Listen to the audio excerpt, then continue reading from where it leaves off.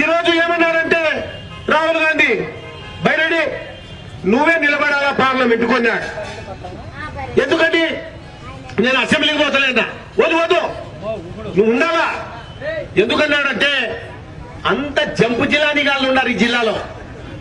ఎందుకంటే గెలిచిన వెంటనే మూటల పడి ఉండా కొడుకులు. మీకు తెలుసా, మీరు ఎస్పీ రెడ్డి గారిని గెలిపించారు. ఎస్పీ రెడ్డిని ఒక పార్టీ నుంచి గెలిపిస్తే 10 నెలలకే జంపు. ఇంకొక జిల్లానమ్మ, ఈయన జిల్లాని ఈమె జిల్లానమ్మ. ఈయన బుత్తా రేణు గాని ఆయమ్మ ఎంపీగా ఒక పార్టీ నుంచి ఎట్లా చేసుకునేదో బుట్టలో చంద్రబాబు నాయుడు చేసుకునేవాడు. ఈరోజు వాడవా, ఈరోజు ఏడుస్తుంది కూర్చొని మూలకు టికెట్లే అని.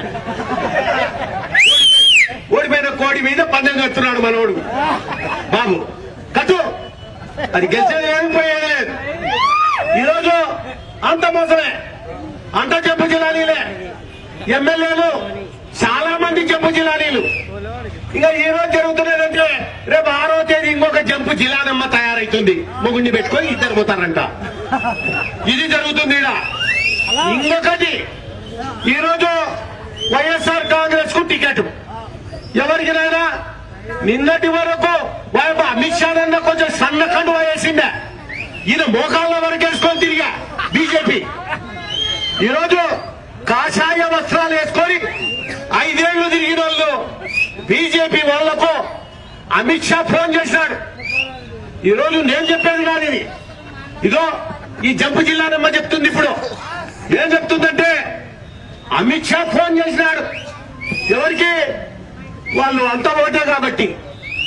ఊకే బీజేపీ వేరు, ఈ ఫ్యాన్ గుర్తు వేరు అనేది ఉత్తది, అంతా ఒకటే. అమిత్ షా ఫోన్ చేసి ఇట్లా తిప్పి, జగన్ మా వాడున్నాడు, ఇట్లా కాటసాని రాంభూపాల్ రెడ్డి అని ఉన్నాడు, మా పార్టీలో చాలా పని బాగా చేసినాడు, ఆయనకు టికెట్ ఇవ్వమని చెప్పినాడు. చెప్తే ఇస్తున్నాడు. ఇప్పుడు అదంతా అమిత్ షా చెప్ప. నమ్మకండి వీళ్ళను. ఎప్పటికైనా కూడా ఇది కాషాయనే. కాబట్టి మీరు తప్పిదం చేయొద్దు నీతిగా. అందుకే ఇవన్నీ చూసి రాహుల్ గాంధీ వారిని ఏం జిల్లాలో ఇది మనం కూడా మంచోళ్ళని పెట్టుకోకపోతే మనను కూడా పోతారు జిల్లాలీలు. ఈయన కూడా మన కష్టపడి గెలిపిస్తే అవుట్ అవుతామని చెప్పి ముందు జాగ్రత్త చర్యగా ఓ బైరెడ్డి నువ్వు పార్లమెంటుకు రావాలన్నాడు. ఎందుకోనంటే నేను తల ఒగ్గేది ఉండదు, లేకపోతే నేను దానికో లొగ్గేది ఉండదు. కాబట్టి నన్ను సెలెక్ట్ చేసుకున్నాడు ఆయన. జంపు జిల్లాలో ఎన్నికలప్పుడల్లా పార్టీలు మారేతోళ్ళు, జంపు జిల్లానమ్మలు. వార్తావాణి న్యూస్ ఛానల్ ఎప్పటికప్పుడు రాజకీయ, సినీ విశేషాలు, స్పోర్ట్స్ మరియు సాంకేతిక పరమైన మరెన్నో విషయాలను మన ముందుకు తెస్తుంది. మరింత సమాచారం కొరకు వార్తావాణి న్యూస్ ఛానల్ ని సబ్స్క్రైబ్ చేయండి.